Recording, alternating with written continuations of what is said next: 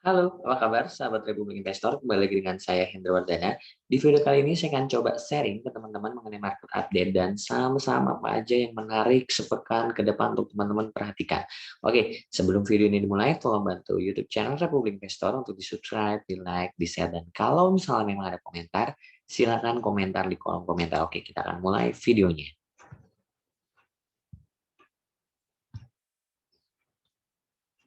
Oke, teman-teman bisa lihat di layar ini adalah chart dari indeks harga saham gabungan yang dimana teman-teman lihat pada Jumat kemarin pergerakan indeks harga saham gabungan kita sangat tinggi volatilitasnya. Jadi high price-nya sempat di level 6.070, low-nya di 5.944, bahkan sempat minus 2%, lalu ditutup di level di atas 6.000 untuk IHSG, di mana kalau misalnya teman-teman lihat asing melakukan net sales sekitar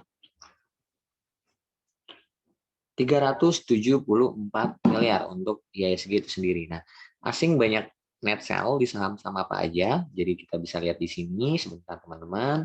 Kita ganti ke value, kita ganti ke tanggalnya di tanggal 18 karena hari Jumat kemarin. Kita coba cek di sell.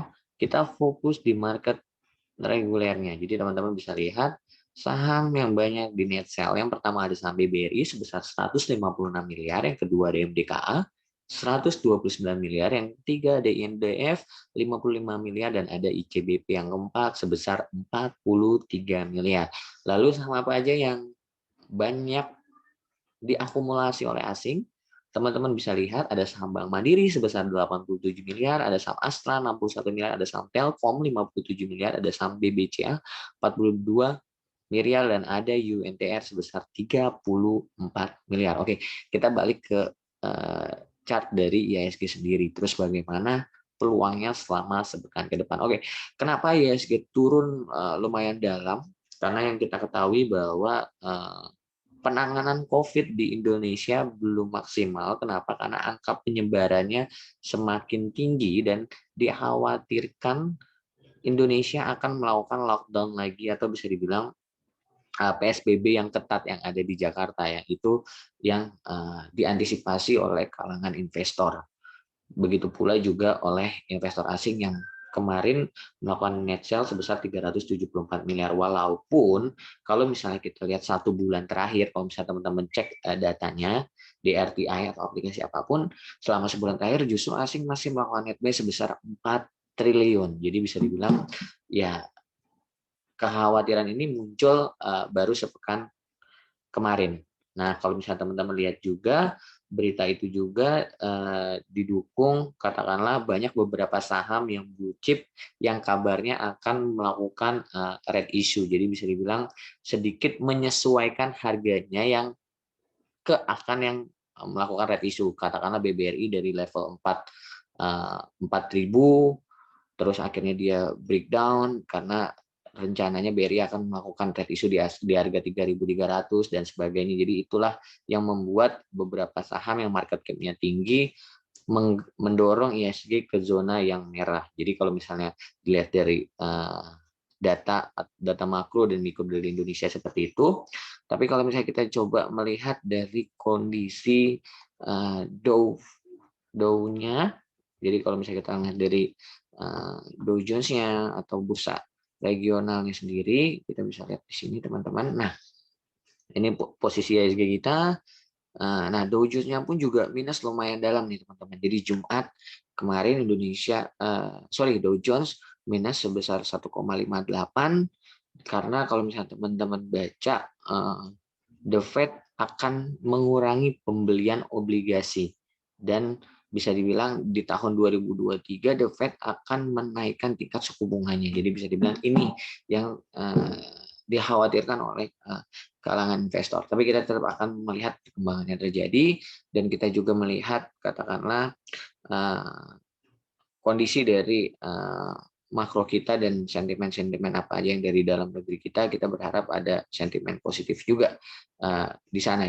Nah, terus bagaimana pergerakan IHSG di Senin atau sepekan ini? Jadi kalau misalnya dibilang ya berita negatifnya yang banyak, dan bisa dibilang dari bursa globalnya pun juga seperti itu. Kemungkinan pergerakan IHSG masih melemah selama sepekan ke depan. Jadi kalau misalnya teman-teman lihat ini di Jumat kemarin bisa dibilang dia membentuk pin bar karena sempat 2%, tapi close-nya 1% dan berada di atas moving average 20. Jadi yang garis merah ini adalah moving average 20. Jadi berhasil naik, dan ini kalau misalnya teman-teman lihat ini sebenarnya kemarin IHSG udah berhasil nutup area dari gap-nya, area dari gap dari IHSG itu sendiri. Jadi kalau misalnya teman-teman lihat berhasil nutup dari keluar gap, tapi sangat memungkinkan akan menguji area itu lagi. Jadi kalau misalnya teman-teman lihat, jadi sangat memungkinkan untuk IHSG bergerak di level 5.944 atau bahkan coba ke level psikologis di 5.900 lagi, karena memang masih banyak sentimen negatif untuk IHSG itu sendiri. Kita sembari melihat kondisi dari bursa global, berita-berita bursa global, dan dari kondisi dari sentimen dari Indonesia sendiri. Jadi pergerakan IHSG selama sepekan ke depan bisa bergerak di area 5.900 dan di area resistennya itu di angka 6.100 untuk pergerakan dari IHSG. Kenapa range-nya cukup panjang? Karena bisa dibilang ya kita masih minim sentimen, dan kita sangat berharap tiba-tiba ada sentimen yang positif untuk negara kita. Oke, jadi itu untuk pergerakan dari IHSG. Terus saham-saham aja yang menarik buat teman-teman perhatikan. Nah, kalau misalnya teman-teman perhatikan ini, kalau misalnya saya ada saham agro. Jadi yang pertama kalau misalnya teman-teman ingin coba untuk main swing trade, yang pertama itu ada saham agro. Jadi sebenarnya ini cakep banget bentuknya, metode, dan bisa dibilang ini best, lalu dia rally. Nah, sekarang juga bisa dibilang best, sedikit rehat, jadi sangat memungkinkan untuk agro. Kalau misalnya teman-teman lihat di sini dia sudah tembus resistennya, dan dia akan menguji resisten berikutnya di sini. Kalau misalnya teman-teman lihat, nih ini untuk dari saham agro sendiri itu ada di 14.90.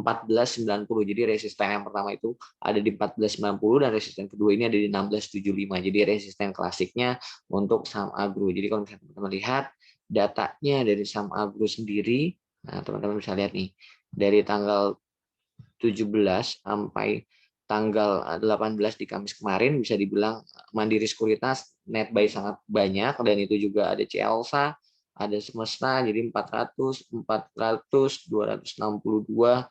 Nah, bisa dibilang kenapa net sell? Karena selisih net buy dan net sell-nya jauh lebih besar net buy-nya berkali-kali lipat. Nah, teman-teman, harga sekarang agro 13.55, kondisi juga bisa dibilang sangat memungkinkan untuk koreksi dulu. Jadi kalau misalnya teman-teman pengen buy secara data broker summary, teman-teman bisa coba sabar antri di area 12.50 atau 12.74. Sorry, bukan itu, kita ke atasnya dulu. Nah, ini. Jadi teman-teman 13.55, jadi teman-teman bisa coba antri di angka 12.90, 12.94. Jadi teman-teman bisa antri nih di area-area sini. Jadi di antara 12.80 sampai 1.300 itu teman-teman bisa area buy on weakness secara broker summary. 12.80, 1.300. Kita lihat dari chartnya dulu. Nah, teman-teman bisa lihat di sini juga. Di sini bisa jadi supportnya juga. Nah, di sini 1.200 sangat jauh, tapi teman-teman bisa lihat di moving average 5-nya di sini. Nah, moving average 5-nya di 1195. Jadi teman-teman bisa coba antri yang tadi. Kalau misalnya teman-teman pengen data dari broker summary 12.80, 1.300, atau pengen di sini di angka 12.10 dari support resisten yang udah ketembus, bisa jadi area supportnya itu bisa di angka di 12.10. Itu untuk saham agro. Kalau misalnya teman-teman coba ingin melakukan saham untuk swing trade, itu ada saham agro. Nah, kita coba sama-sama lagi nih cari kira-kira saham apa lagi yang menarik buat teman-teman perhatikan. Nah, kita lihat nih. Kita cek dulu, katakanlah selama sepekan sama apa aja sih asing banyak makan net buy. Nah, teman-teman bisa lihat nih. Ada Bank Mandiri, ada MDKA, ada Arto, ada Telkom. Oke, kita coba lihat. Apakah saham Bank Mandiri menarik? Buat teman-teman perhatikan juga. Nah, ini juga sebenarnya pin bar. Jadi sebenarnya juga pin bar, tapi lebih aman karena dengan kondisi juga sentimennya masih negatif. Jadi bisa dibilang coba antri di angka-angka pin barnya atau pas di moving average 20-nya nih dari saham Bank Mandiri. Jadi teman-teman bisa antri, low-nya sempat di 5950, jadi coba antri nanti di angka 5.900 sampai di level 6.000 dengan resisten. Teman-teman bisa lihat di sini 6.300 yang sangat sulit ketembus untuk saham Bank Mandiri. Jadi mungkin itu beberapa saham dari saya karena memang kondisi dari IHSG-nya yang masih belum kondusif. Tapi kalau misalnya teman-teman pengen coba untuk saham-saham yang lebih volatilitasnya lebih tinggi, itu sebenarnya ada kayak misalnya saham PNBS, ada saham Zinc. Jadi itu teman-teman bisa lihat, tapi tetap perhatikan value volumenya, lihat juga dari data broker summary-nya. Jadi tetap harus pakai stop loss juga. Mungkin itu aja video dari saya, semoga bermanfaat buat teman-teman. Sampai ketemu lagi di video saya berikutnya.